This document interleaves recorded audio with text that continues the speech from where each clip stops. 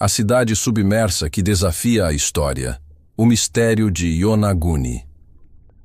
Às vezes, o mar não apenas guarda segredos. Ele os engole e os esconde onde só o tempo tem coragem de mergulhar.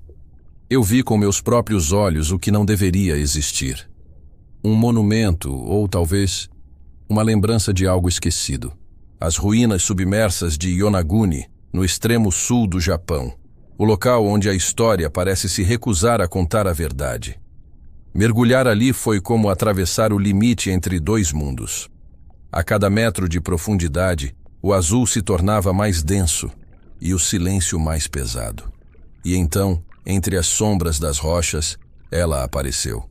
Um conjunto colossal de degraus, plataformas, paredes, tudo perfeitamente alinhado, talhado na pedra sólida do fundo do mar. Não era natureza, era intenção. E a primeira pergunta que atravessou minha mente foi simples e devastadora. Quem construiu isso e quando? Os mergulhadores locais chamam aquele lugar de as ruínas de uma civilização esquecida. Mas os arqueólogos, os oficiais, preferem chamá-las de forma natural. Um acaso da geologia, uma brincadeira das marés. Só que acasos não criam ângulos de 90 graus. Acasos não constroem escadas que levam ao nada. E acasos não deixam símbolos gravados nas pedras. Quando desci até a base da estrutura, percebi algo que nenhum livro havia me contado. As paredes tremiam com o som das correntes. E por um instante, juro que ouvi um canto.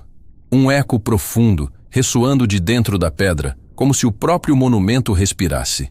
Ali, debaixo da água, eu senti medo. Não do mar, mas da memória que ele guardava. A estrutura tem cerca de 75 metros de comprimento, com degraus, passagens e o que parece ser um altar. Alguns dizem que é o que restou de Mu, o continente perdido do Pacífico, uma espécie de Atlântida oriental. Outros acreditam que foi construída há mais de 10.000 anos, antes mesmo do final da última era do gelo, quando grande parte da Terra ainda estava coberta de gelo. E o nível do mar era muito mais baixo. Se isso for verdade, então Yonaguni existia antes da história começar. Mas como aceitar isso, se toda a cronologia humana desmorona diante dessa ideia? Como admitir que existiu uma civilização capaz de moldar pedras gigantescas muito antes de Egito, Suméria ou Babilônia existirem? Não é apenas uma cidade submersa. É um erro na linha do tempo. Um espelho rachado da verdade. E o que mais me assombra é que o mundo parece evitar esse assunto. As grandes universidades o ignoram. As revistas científicas o mencionam com desprezo. Mas os mergulhadores, os exploradores, os que viram com seus próprios olhos, sabem que há algo ali que não se encaixa. Eu nadei por entre as colunas, toquei as superfícies lisas, senti o frio cortante da pedra e percebi que ela não se esfarelava. Era sólida, resistente, quase como se tivesse sido protegida pelo próprio oceano. Alguns blocos têm cortes precisos, simétricos, idênticos aos usados em pirâmides antigas. Outros formam escadarias que sobem em espiral até o topo, onde o mar se encontra com a luz. Ali, o tempo parece parado, mas algo observa. Quem viveu ali? Quem moldou aquelas rochas com tamanha perfeição? E por que a cidade foi engolida pelo mar? Será que fomos nós e esquecemos? Será que o ciclo da humanidade é mais antigo do que imaginamos? Civilizações que nasceram, alcançaram o impossível e depois caíram como poeira no vento. A história oficial diz que não havia nada assim há 10.000 anos, mas a pedra, fria e silenciosa, diz o contrário. E às vezes eu me pergunto, se o oceano guarda os segredos do passado, o que mais ele está escondendo, bem debaixo dos nossos pés? Depois da minha última expedição, encontrei algo nas gravações que ainda me persegue. Entre as imagens turvas do fundo do mar, aparece uma forma humana, pequena, imóvel, como se estivesse de joelhos diante do altar principal.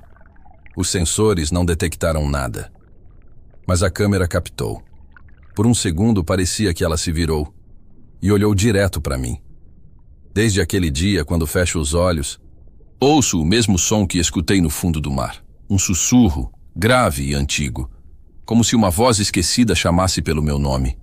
Alguns dizem que Yonaguni é apenas pedra e ilusão. Mas eu estive lá, e juro que há algo vivo naquela escuridão. Talvez não um corpo, mas uma lembrança. Uma memória de um povo que ousou sonhar antes que o mundo estivesse pronto para lembrar. E se eles existiram, então nada do que chamamos de origem é real. Porque o que jaz sob as ondas do Japão pode ser o primeiro capítulo da humanidade. Um capítulo que o tempo tentou apagar. Mas o tempo nem sempre vence. Sou apenas uma voz entre o vento e a água. Mas cada vez que lembro daquele mergulho, sinto que a cidade ainda me observa, esperando o dia em que alguém ousará escutá-la de novo.